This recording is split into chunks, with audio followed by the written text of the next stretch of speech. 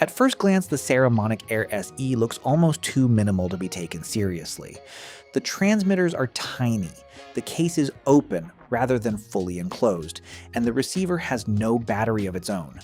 But once you start looking at the design choices more closely, you can see that everything is built around speed and portability. So today we will go beyond the surface and talk about how those choices affect real recording, from setup time to sound quality in different environments. Let's get started.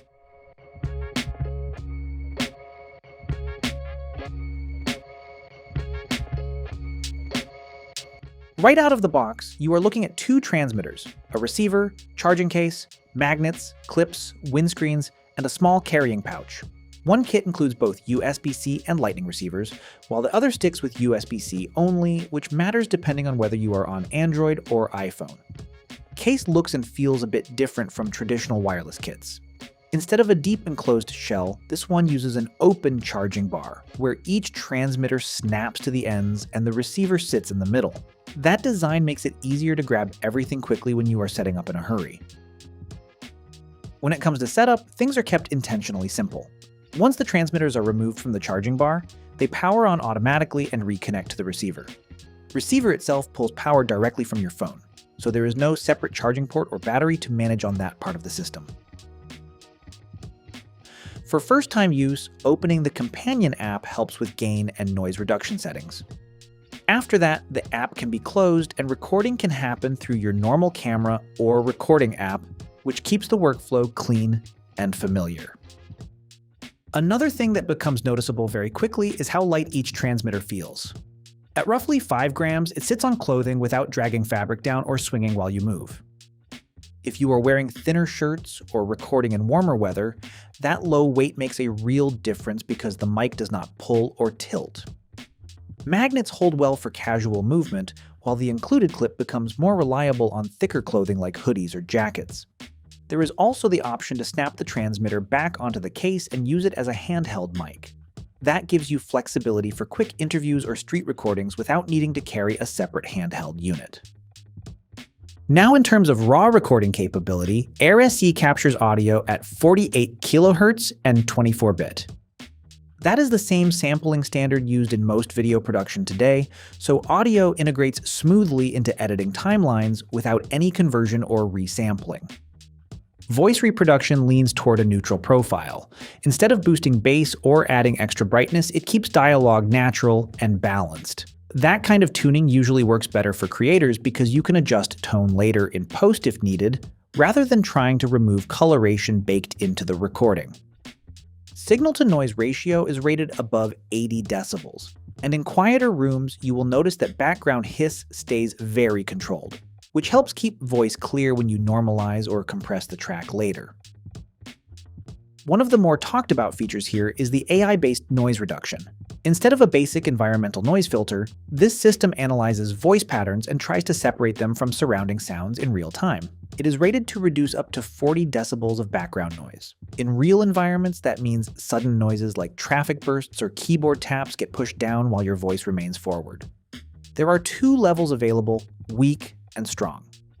Weak mode keeps more of the natural room sound, while strong mode removes more background at the cost of slightly tighter voice texture. If you are recording outdoors or in crowded places, strong mode helps keep dialogue usable. For indoor talking head videos, weak or disabled noise reduction tends to preserve a more natural tone. Another area worth talking about is wireless stability. Air SE uses a 2.4 GHz connection with a rated range of up to 200 meters in open environments. If you move around inside a home or office, signal usually remains steady across multiple rooms. When line of sight gets blocked by walls or furniture, audio may soften slightly rather than cutting out completely, and once you move back into clearer range, the signal reconnects quickly. That kind of gradual drop is easier to manage in editing than sudden digital dropouts. Latency stays below 25 milliseconds, which keeps lip sync aligned in recorded video and avoids the feeling of delayed audio during live monitoring. As for power, each transmitter runs for around 6 hours with noise reduction off, and about 4.5 hours when it is enabled.